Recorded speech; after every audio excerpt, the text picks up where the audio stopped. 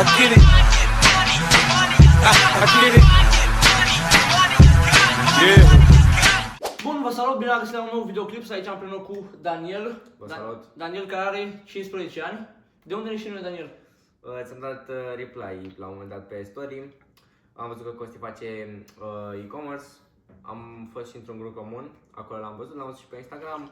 Am fost la un eveniment în București și am zis, bă, aș da un mesaj să mă întâlnesc și eu cu cineva, n-aveam cu cine până la eveniment, nu cunoșteam pe nimeni.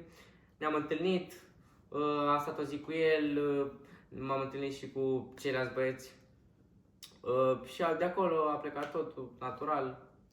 Practic noi eram în, putem să menționăm, grupul eram în Academia Milionarilor, al lui Vlad Stoica. Da. Și de acolo ne știam puțin de pe chat, parcă am mai vorbit pe acolo sau așa puțin și după aia, nu știu, ai aflat Insta-ul meu sau am schimbat noi Insta-ul? Da, nu, fii atent. Tu aveai Insta un bio pe Discord. Și eu l-am văzut și te-am căutat și am văzut că pui story cu icon, nu știu ce, și ți-am dat mesaj. Am mai fost toată treaba. Da, și după aia, deci, gândiți-vă că am întâlnit cu Daniel care era la, câți kilometri e Maramureș de București? 800? Nu știu chiar, vreo 560. Oricum foarte departe. Faci 8 ore, și cu trenul faci 13. Da, și gândiți-vă că Daniel atunci avea 13 ani sau împlinise 14. Nu mai știu exact. Împlinise 14. Împlinise 14. Da. Gândiți-vă că eu aveam mașina, eram în hype-ul meu, așa, în ăsta meu. Și m-am întâlnit cu Daniel care avea 14 ani în București. Doar pentru că Daniel făcea ceva bani. A avut și o zi de vânzări pe e-commerce de 10.000 de lei. Câți bani făceai atunci, nu știu. Da, am avut o lună în care am vândut constant aproape de 10.000 de lei pe zi. Am făcut undeva profit undeva la 80.000 de euro. 80.000 de euro profit la 14 ani. Da. Cum, uite că sunt persoane, cum ai firma, chestiile astea? Explică puțin situația. Deci totul s-a datorat părinților mei, la care îi respect foarte mult și m-au ajutat enorm, dar fără ei clar nu puteam să fac aceste lucruri. Nu puteai că nu era legal să ai firma numele tău. Dar au ajutat și cu bani și cu... Da, și cu bani, taică m-a ajutat foarte mult, cu bani, cu firma, cu orice ajutor am avut nevoie m-a ajutat și mulțumesc enorm că clar nu eram aici și nu făceam treaba asta. Câți bani te-a ajutat? Băi, taică mi-a dat 8.000 de euro. 8.000? Da, se-au stoc. Mamă, ok. Da, bine. Crezi că puteai să începi și cu 1.000? Da, dar nu, eu am început prima oară cu 1.000, dar să iau mai mult stoc când am început să am volume mai mari de comenzi, când am ajuns la 100 de comenzi pe zi, aveam nevoie de stoc. Am prins o perioadă de, vinea anul nou chinezesc și aveam nevoie de stoc în avans. Și atunci m-a ajutat cu bani, știi, și m-a ajutat foarte mult. Dar cumva după ce s-a validat business-ul și după ce aveai ce vânzări aveai atunci? 10.000 de lei pe zi. Până să iei stocul? Da, până să iau stocul. Deci după aia a intervenit cineva și te-a ajutat, nu când... Deci eu aveam produsul, l-am validat, mergea foarte, foarte bine, a crescut treptat. Îl vineam de 10.000 de lei pe zi și urma un nou chinezesc. Eu de-abia începusem să vând de 10.000 de lei, de-abia îmi vinea produsul, de-abia mi-a ajuns produsul din China, am început să-l vând, am ajuns să vând de 10.000 de lei și fix atunci eram pe final de stoc. Și zic, no, ce fac, știi, adică am vândut, deci am vândut de 10.000 de lei, dar aveam stoc de 500 de bucăți cumpărate, 400 sau ceva genul, știi? Și vreau să cumpăr 3.000 ca să-mi ajungă și pentru după, că era în ochi chinezesc și zic, bă, uite, se vinde foarte bine și am nevoie de stoc. Și atunci am intervenit cu bani în plus. Tu de unde ai învățat tot business-ul ăsta? Pentru că... Și ce mai ai făcut înainte? Că nu știu, da, am făcut foarte multe lucruri înainte, am încercat, deci, prima oară cu interacțiunea am avut cu trading-ul, acolo am avut o situație mai... Am pierdut niște bani, dar a fost în jur de 1.000-1.500 de euro. Am trecut, am pierdut 5.000. Da, noroc că mi-am dat seama și m-am oprit când trebuia, după am început să fac afiliere, după editare video, după am făcut site-uri, cu site-urile am făcut cam cei mai mulți bani, așa bani pe bune, și apoi am dat de e-com și am început pe e-com și până în prezent fac e-com. Probabil că cumva tatăl tău a văzut că mi-ai încercat asta și că mi-ai făcut și bani din altceva. Da. Și după aia ai zis, bă, uite, îi dau bani ca să-l ajut, gen 1.000 de euro să înceapă și după aia 8.000 sau 7.000 pentru stocuri și așa mai departe. Exact. I-ai dat după aia bani înapoi? Da, clar, deci am dat banii după o săptămână. Am dat banii înapoi și i-am mulțumit. Deci împrumut, nu... Da, împrumut, da. Nu... Da. Dă-mi și mie. Nu, clar, împrumut, am zis că împrumut. Probabil că nu vrea, dar am vrut eu, efectiv, am ținut eu să dau banii înapoi. Asta la 14 ani. Da. De unde ai învățat skill-ul de e-commerce? De pe Academia lui Vlad. Deci toată informația pe care am luat. Deci Academia Milioanelor, Da. pe grupul care, nu știu, era cu 2 ani, 3 ani, l-a Vlad Stoica. Da. Ca să clarificăm puțin. Da. Deci acolo era o parte de e-commerce și acolo am Exact. învățat toate chestiile astea, nu? Exact, da. De acolo am învățat și eu mare parte din e-commerce-ul pe care îl fac acum, pentru că eu aveam un magazin de șereturi și un magazin de bijuterii. Și nu știu cum mai aveam altceva atunci, nu mai țin minte bine. Cred că făceam și resell sau ceva de genul ăsta. Dar nu era e-commerce-ul pe care îl fac eu acum. Era altceva, încercam ceva pe bijuterii, pe un brand acolo, nu vindeam ceva care să rezolve neapărat o problemă, nu căutam produsele nu știu cum, nu le testam. Făceam de capul meu, făceam 3-4 mii de euro pe lună, dar mai blocam bani în stoc aici, blocam bani aici, mă prostam cu niște chestii. Okay. Împachetam colete în fiecare zi și era destul de obositor. Da, știu că discutam cu tine când erai, deci eu mă știu cu Costi de când împacheta la el acasă, în ceva mi-ai arătat ceva, nu știu ce avea, de barat. Terasă. Eram la un genere de profilme la Helpship și eu i-am zis la Costi să se ducă, l-am ajutat i-am dat contact să se mute, să înceapă pe partea asta. Oricum dacă avea cineva contacte sau centre sau așa mai departe, poate să întrebe că nu e ce apărat. Da. Dacă menționăm că am lucrat cu cineva înainte, nu e neapărat cea mai bună opțiune. Exact. Să zic așa. Bun, deci din Academie ai învățat tu tot ce știi pe e-commerce. Da. Și presupun că și conexiuni și așa mai departe, nu? Da. Deci Cum a fost și partea de networking acolo? Te-ai cunoscut cu alte persoane, ai ieșit? Deci m-am cunoscut cu foarte multe persoane. Din păcate, fiind din Maramureș, neavând mașină, destul de greu să mă duc să mă întâlnesc cu alte persoane. Mi-a fost destul de greu, dar totuși am fost la niște meeting-uri și de asta mi se pare foarte important ca să intri în comunități, să faci networking, pentru că pe mine m-a ajutat foarte mult. Uite, eu când m-am cunoscut cu Costi am avut o grămadă de avantaje, ne-am ajutat reciproc și cu alte persoane și când am fost la meeting, de exemplu a organizat Vlad Stoica un meeting la Cluj. Acolo am cunoscut un băiat cu care și până în ziua de azi vorbesc și mă ajută pe partea de site, pe copywriting, pe foarte multe lucruri. Și chiar cred că e foarte benefic lucrul ăsta și m-a ajutat foarte mult. Dar cumva tu, dacă nu făceai bani, nu puteai să menții conexiuni și relații cu alte persoane. Că tu prima dată te-ai dezvoltat, ai făcut bani, ți-a mers ceva, ai lucrat ceva, ai lucrat în fiecare zi și după aia ai putut să mergi cu informațiile tale și cu exemplele, cu plusurile, cu minusurile, gen ce ai învățat și așa mai departe, să ajuți alte persoane și să vorbești ceva cu cineva la masă. Că nu puteai să mergi tu făcând 500 de euro pe lună sau lucrând un job normal, să cunoști cu persoane care fac business și fac 10-20.000 de euro pe lună.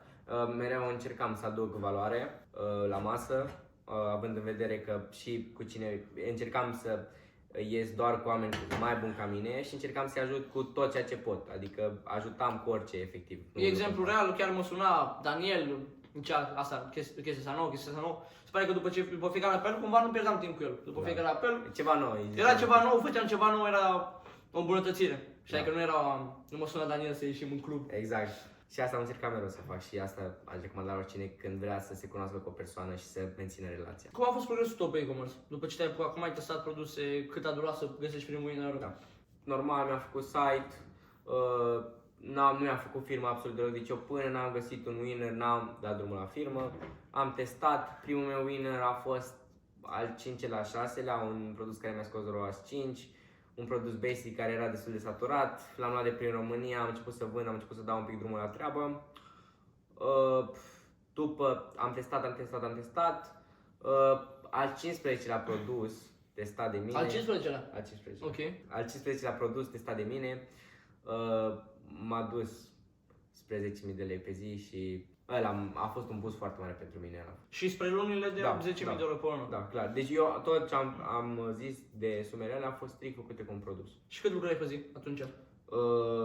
Undeva la 5-6 ore pe zi, pentru că eram și cu școala, dar lucram, adică făceam reclame, Mi se pare foarte amuzant. De ce te-ai lăsat de e-commerce după ce ai avut luni de 80.000 de euro pe lună? Aici eu tot cu părinții, dar deci eu am fost clasa 8-a când făceam banii ăștia și părinții mei voiau să-i iau notă mare la evaluarea națională și să intru la un liceu bun și automat mi-au spus că trebuie să oprești, că dedici foarte mult timp și nu prea dedici timp la învățat și asta a fost singurul motiv. N-am vrut să-l opresc niciodată, dar cumva ei aveau control asupra mea, era o firmă. N-aveai ce să faci cumva. Da, chiar eram constrâns.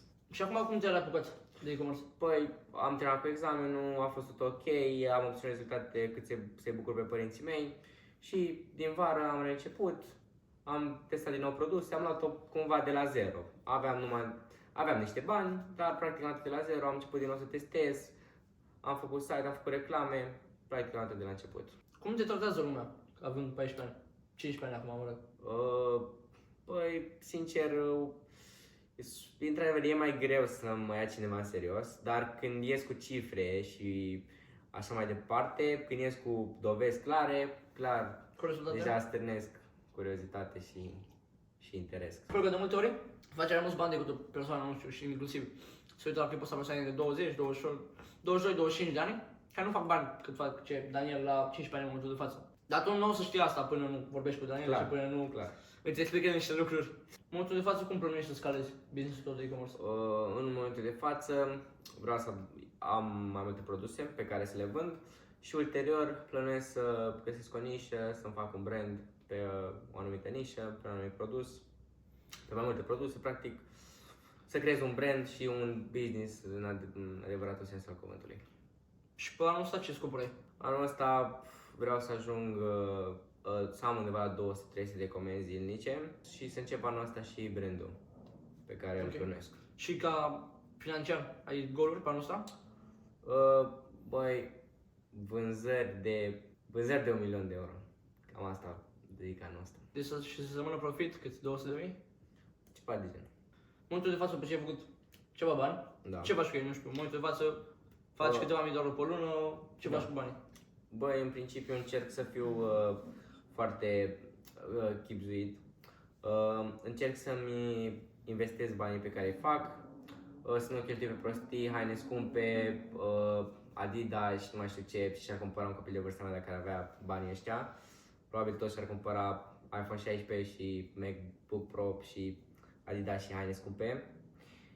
Încerc să-mi investesc și să reinvestesc în business pe toți. De unde te-ai educat? Ți-ai format tu mindset-ul ăsta, nu dau bani pe haine scumpe, nu, asta nu merită bani, asta nu merită banii? Nu. Deci lucrurile astea le-am învățat din academie. Da, recunosc de la mentorii de acolo. M-au ajutat foarte mult. Pentru că probabil dacă nu aveam un mindset bine stabilit, probabil făceam și o greșeală pe care ar face orice copil normal. Da, deci făceai banii. Da. Și cheltuiam. Aplicai, gen, n-aveai mindset, nu aveai modul de gândire format, dar aveai banii, făceai banii și pe aia ne gândim ce să faci cu ei, spălai pe care... Dar sincer, fără mindset mi se pare greu să nu cred că făceam cu mindset-ul care aveam. Adică eu mă jucam GTA 5 și Fortnite. Da, pentru că business. poate să testezi 5 produse ca să iasă unul. Exact. Atunci ai mai dat după aia 5 produse. Da. Testate ca să iasă un winner care să faci 8-10.000 de euro pe lună. Da, da. Adică e foarte important asta de mindset. Da, și mereu nu m-am dat bătut, da, după primul produs, al doilea am testat, până știam că, băi, tot încerci să faci ceva, tot trebuie să iasă. Exact. Dacă tu vezi și oricum poate ai prin jurul tău persoane care fac asta și le iese, Da. ai automat exemple că se poate. Deci Exact. dacă o singură persoană de pe pământ are reușit să facă ceva, Tot. automat se poate. Deci dacă încerci destul de mult și eșuezi destul de mult și din fiecare eșec înveți ceva, automat te apropii de Clar. winner, de Da. victorie, de produs câștigător, depinde de business. Da, exact. Păi în academie vedeam lume care făcea bani și avea rezultate, păi asta mă motiva enorm. Deci mi se pare foarte tare să stai cu oameni care au rezultate, sunt mai buni ca tine și fac același lucru ca tine și clar te motivează enorm. Știi că nu ești singur și te gândești, bă, poate fac ceva greșit, poate nu o să meargă, poate nu știu ce. Știi că se poate și nu mai trebuie să muncești și să... Da, inclusiv că ai persoane lângă tine care fac asta. Exact. Că prietenii tăi presupun că nu fac. Da. N-ai acolo în... Da. Eu zic în general, mă rog, și în general și acum în liceu, presupun că n-ai pe nimeni care să facă business sau să facă bani de pe net. Nu, deci de la mine nici nu, dar cunosc că sunt câteva cazuri care au niște side hustle-uri. Da, dar nimic așa serios sau nimic Da. de la nivelul ăsta. Adică tu acum ajungi să cunoști persoane care fac câteva 10.000 de euro pe lună. Nu Da. care Da, acum încep, știi? da. Cum se pare ție, nu știu, grupuri de genul ăsta de networking, cursuri, cum era Academia înainte? Da, bă, eu ce să zic, Academia Milionarilor mi-a schimbat viața, fără nicio glumă. Mă jucam GTA 5, de când am intrat de acolo, am început să mă uit la clipurile de acolo, de mindset, de așa mai departe și mi-a schimbat complet viziunea de orice. Deci orice. Bine, e și caz rar, că putea să fie Exact. un copil care încearcă o dată de 2 ori pe aia se lasă și s-a apucat înapoi pe GTA. Da, dar cumva m-a prins, chiar îmi plăcea ce văd acolo, știi, îmi plăcea ideea să fac bani, vreau să fac bani, vreau să nu mai le cer la lor mei bani, să pot să-mi cumpăr ce vreau când vreau. Îmi plăcea ideea asta și când am dat și de oportunitatea de a învăța, că eu tot vreau să fac ceva, adică eu am încercat mai de mult să fac YouTube, filmam clipuri pe YouTube, că stăteam și mă uitam pe YouTube toată ziua, vedeam gamer, da, să începeam și eu să fac. Ai păsat pe YouTube, ai pus clipuri? Da, am pus câteva. Și eu făceam gaming înainte cu LoL și cu cătul ăsta. Da, și eu, cu făceam GTA 5, CSGO, din asta. A fost la evenimente de astea de... Ai spus deja că ai fost Am la ceva mastermind-uri, meeting-uri, Da. ceva organizate de Vlad. Da. Cum ți-a părut? Deci eu, Foarte ai zis că ai cunoscut o persoană acolo, care încă lucrezi? Da. Așa în general pentru cineva care nu știu. Poate vrea să vină la mine la event, poate vrea să vină la Vlad, chiar Ok. mâine e eventul lui Vlad, Da. Alex sau așa mai departe. Gen, Da. cum se pare ție, cât value iei față de cât plătești 100 de euro sau depinde de fiecare de sau? Băi, e destul de mult value pentru banii pe care îi dai. În primul rând, tu dai 300 de euro și ai atâtea oportunități. Deci tu, în primul rând, te cunoști cu atât de multă lume cu care, băi, poate vă vorbești acum ceva, dar poate peste un an, doi sau peste câteva luni, tu poate faci un business cu persoana aia și poate o să continui pe long term și o să construiți ceva mare împreună. Sau o să schimbați mereu informații, o să vă ajutați mereu, o să cunoști o persoană experte din domeniul ăla. Gândiți-vă că eu cu Vlad și cu Alex am cunoscut la un meeting, undeva unde m-a invitat Alex, a fost acolo, organizat de frațiunea în Kong, parcă da. Acum un an și pe aia am mutat împreună și acum vrem să, nu știu, am călătorim împreună, am fost în Dubai împreună, urmează iar să plecăm în Thailanda împreună și toate chestiile astea. Toate chestiile astea pe care le construiești cu cineva cu care rezonezi și, nu știu, sunteți cumva, noi când ne-am cunoscut eram la același nivel.